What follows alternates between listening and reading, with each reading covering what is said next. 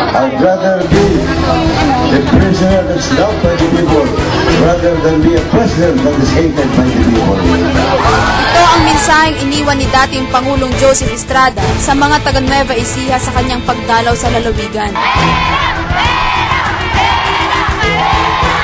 Mainit na tinanggap ng mga Nueva Ecijano sa pangunguna ni Governor Oy Umali at Mayor Alvin Vergara kasama ng mga opisyalis ng lokal na pamahalaan. Nagpasalamat din si Erap sa mga mamamayan ng Nueva Ecija dahil kahit sa ilang taon ng pananatili niya sa pilitan ay patuloy pa rin sa pagsuporta sa kanya ang mga Nueva Ecijano. Aniya, kahit di na siya maging pangulo ng bansa o magkaroon man ng posisyon sa gobyerno, di pa rin mapipigilan ang pagtulong niya sa kapwa Pilipino, lalo na sa mga mahihirap. Naroon din sa pagtitipon sina former Senators Ernesto Maceda, Leticia Ramos-Shahani, Congresswoman Cherry Umali at ilang mga government officials ng nasabing lalawigan.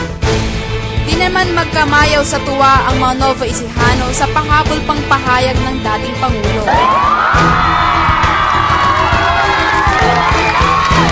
Hindi po ang panahon, makikita nyo kung sino talaga ang magnanakaw. Sa totoo lamang, hindi lalakas ang loob ko.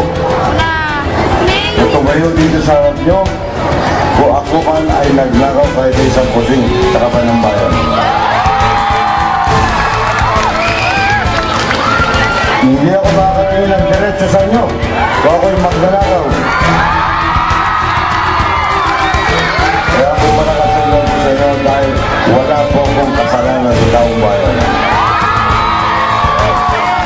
Ang kasalanan ko lamang po ay ang pagtatanggol at ng kapakanan ng ating mga kababayan, lalo na ang mga ating kapaspalan ng mga kababayan.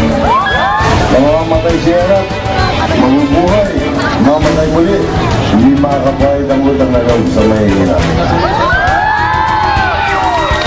Grace Doctolero para sa Hataw Balita ng UNTV News Worldwide.